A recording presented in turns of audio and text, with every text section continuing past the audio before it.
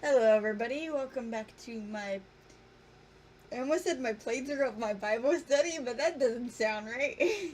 I suppose you could call it that. I'm diving into this the same way I do my playthroughs, is I just do it. Because I sat down and I started to try to make notes and realized that I'm terrible at note taking when I'm studying by myself. I really am. And that way with school, too. If there's no vocabulary to write down, then I'm just terrible at notes. I'm terrible at outlines. I'm terrible at notes. Unless I'm taking notes on, like, a lecture or a Bible study someone else is doing. I can take notes then, I'm just terrible at notes. So I'm going to charge into this head first like I do everything else. So I got my Bible hub over here. My personal old Bible here. Come on. And my new Bible that I got from my pastor over here.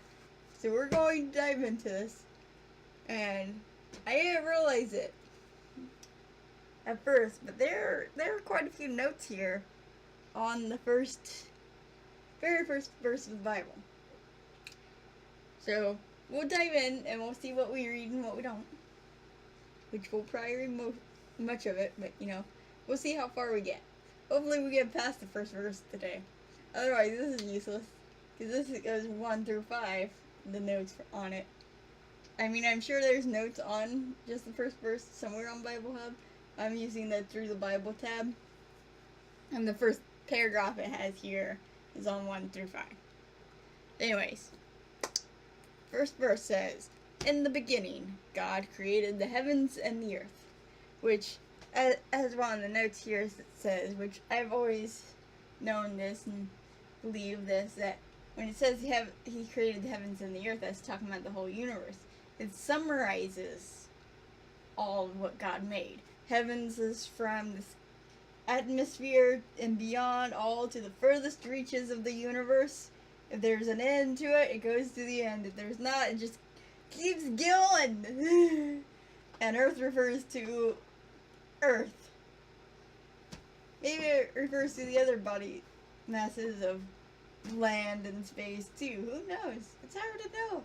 As far as we know, those are part of the heavens. For us, they're part of the heavens. So it would make sense for the other planets to be included in the heavens part. But that's a little detail that doesn't really matter much. Anyways, so that's why it says the heavens and the earth. It's referring to the entirety of universe. And it doesn't specify how long ago. We find that out through science, is how long ago Earth has been around and everything else has been around. We can age things through science, but the Bible itself does not specify how old everything is.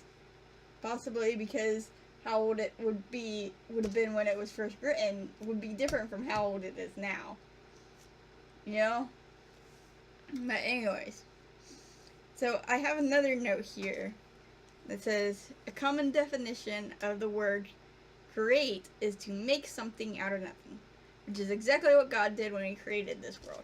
Which even the Big Bang Theory kind of implies that the explosion of matter that created everything.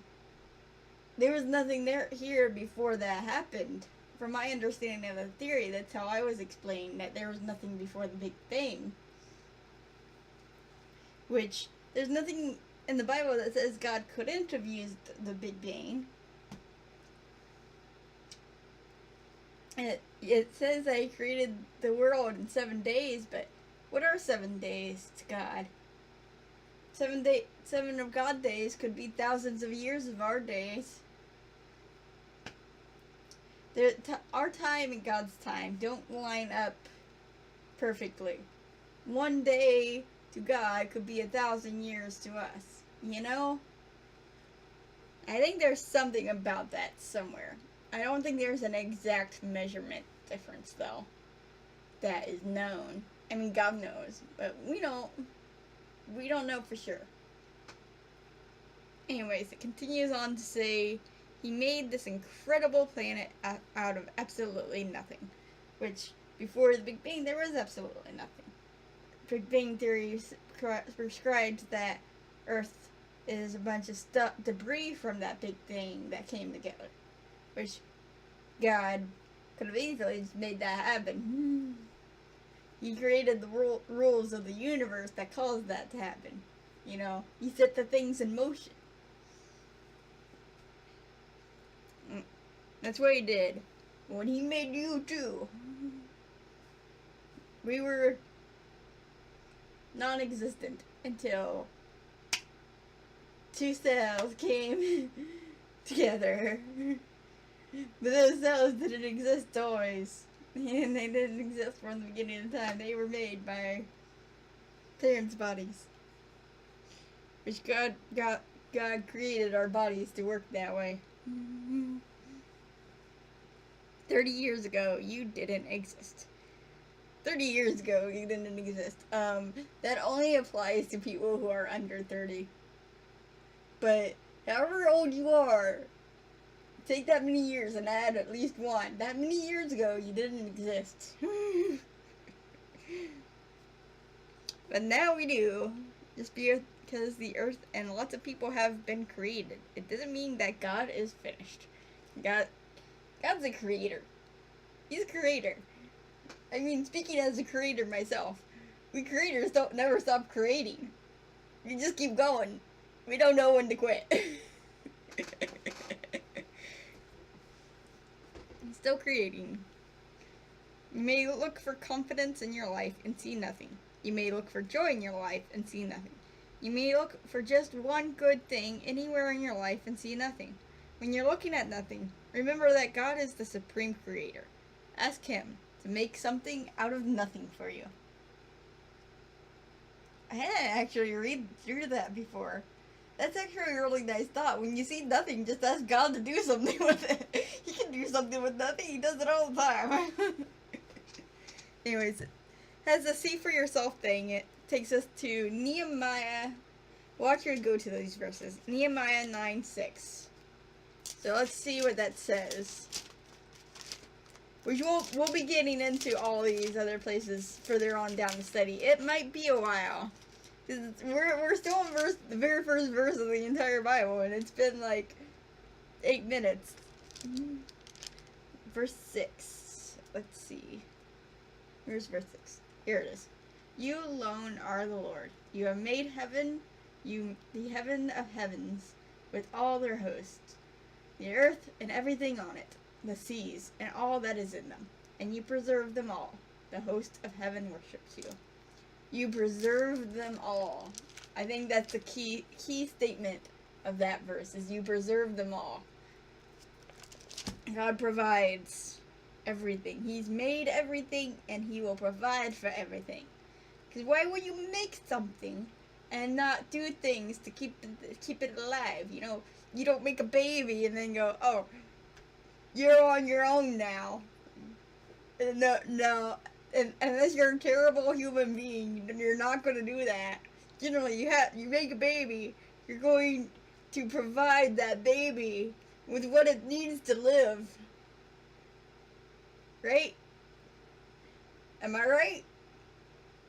I mean, if you're a good parent or a good person, you're going to provide for that baby to live. God made us. It's the same way that we're going to provide for that baby to live. God's going to provide for his creation to live. The next verse it says to go to is Psalms 8, 93, verse 93. Wait, hold on. No, that's all of Psalms chapter 8. So the entire Psalms chapter 8, how long is that? 1 through 9. It's 9 verses. And it talks about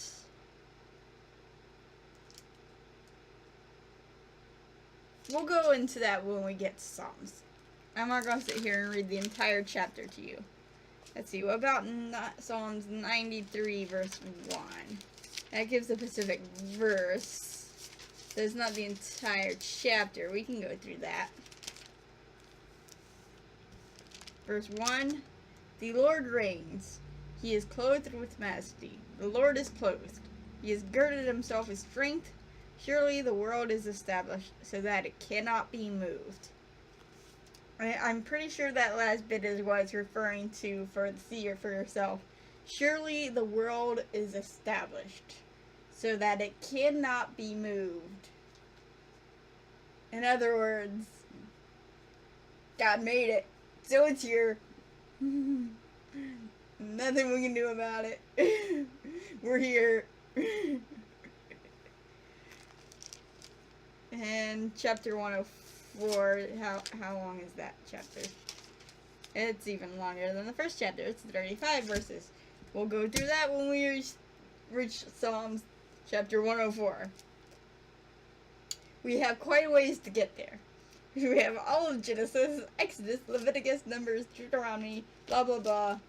Yeah, let's see, 1, 2, 3, 4, 5, 6, 7, 8, 9, 10, 11, 12, 13, 14, 15, 16, 17 books. Actually, 18 books, because we have all of Genesis to get through. Anyways, so, going over to this book, the verse is worded exactly the same way. In the beginning, God created the heavens and the earth. And the first note in this Bible, I feel, is one of the most important notes I've seen for this verse, is the Bible begins with God, not with philosophic arguments for his existence. It begins with God. It doesn't begin with philosophic arguments for his existence. We don't have to argue to prove that God exists. That's not the most important thing. The most important thing is that God created the universe. You gotta acknowledge that.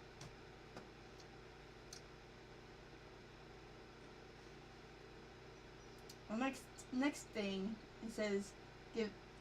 I've already mentioned that, actually. Oh, this one is a bit of interesting.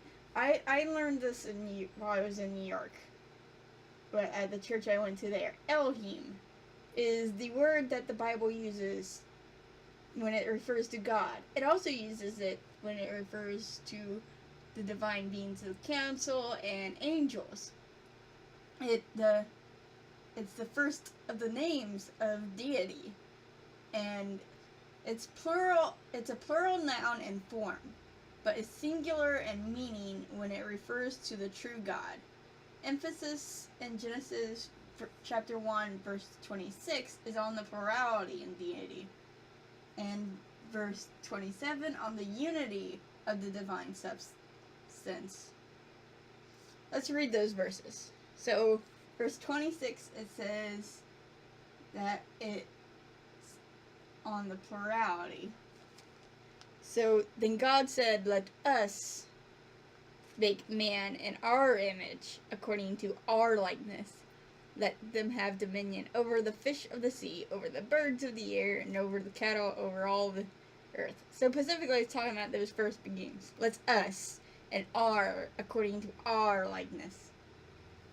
So with the way I understand that is, when I was in New York, when we took that class over Imagine Heaven, I think it was, or was it the Seeing the Unseen? Which, after I go through the Bible, I'll probably go through some of these studies I've gone through before. But that'll be a ways off. But the way I understand it, the way it was explained to me, is God sitting at, you know how there's councils to things? Like, kind of like, think of the Jedi Council. I'm a Star Wars nerd, so I think I compare things a lot to Star Wars when I'm thinking. And the Jedi. So think of the Jedi Council. There's the Jedi Council, and then Yoda's the Grand Master. He's the ultimate head honcho what he says goes. God is Yoda, and he has this council of divine beings around the table with him. So in this scene, he's talking with his divine council. He's saying, hey, let us do this. Let us make man in our image according to our likeness. He's saying, let's make man like us on the council.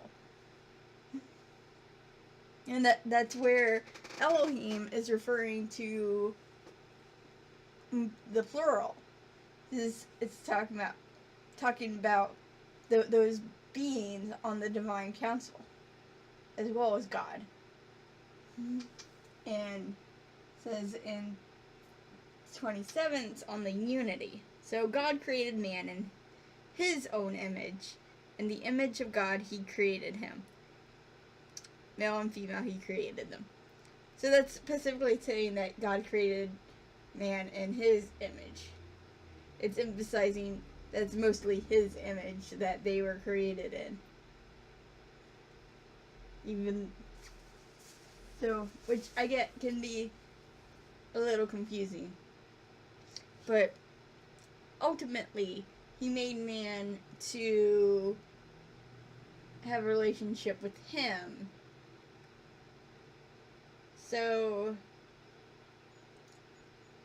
we were meant to roll over the man like he rolls over heaven. Except we're still underneath him. It's just that we're rolling over the land. If that makes sense. I hope that makes sense. Tell me if it doesn't. Let's have a discussion about that, because I'm not entirely sure if that makes sense. When I discuss back and forth, things start making more sense in my brain sometimes. Discussion in the comments. Please. Help me make sense of it. And I do believe that it makes sense. It's just that my mind has to get going sometimes. But yeah. Let's see, are there any more notes on this verse?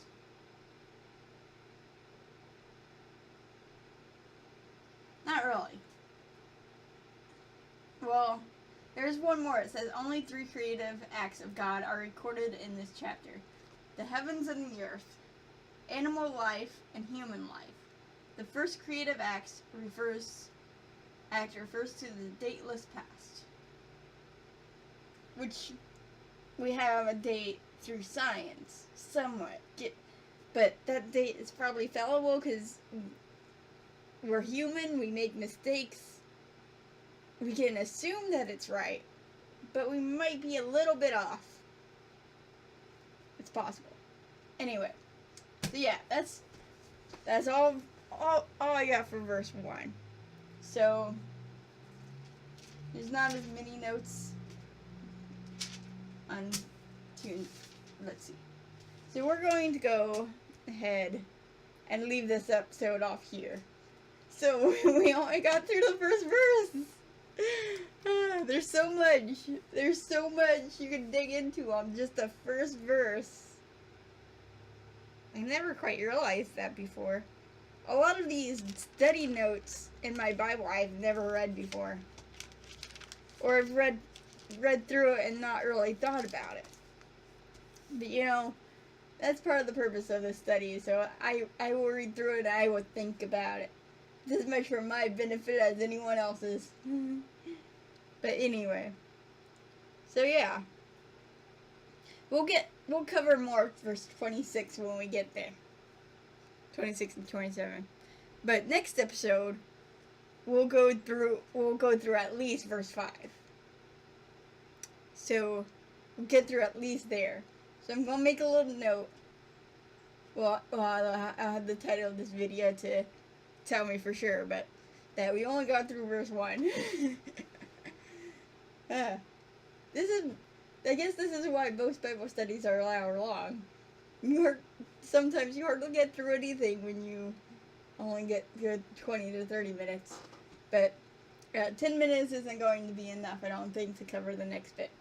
And if so, well, we'll go past verse 5 next episode. Hopefully we can. Anyways, for now, I'm going to leave this video off here. Thank you guys all so much for watching. Like and subscribe down below if you want to see more. Let me know in the comments what you think. And hey, start a discussion. What do you think it means that he uses the plural in 26, but singular in 27? What do you think? Thoughts, comments, hates, loves, discussion, something in the comments. Whatever you want to say. Preferably discussion though, because when we think about it, it's when it starts to make sense the most. When we talk about it and discuss it. Anyways, as in the meantime, as always, keep it real, spread the love, and stay determined. I'll see you guys in the next video. Bye-bye. Bye.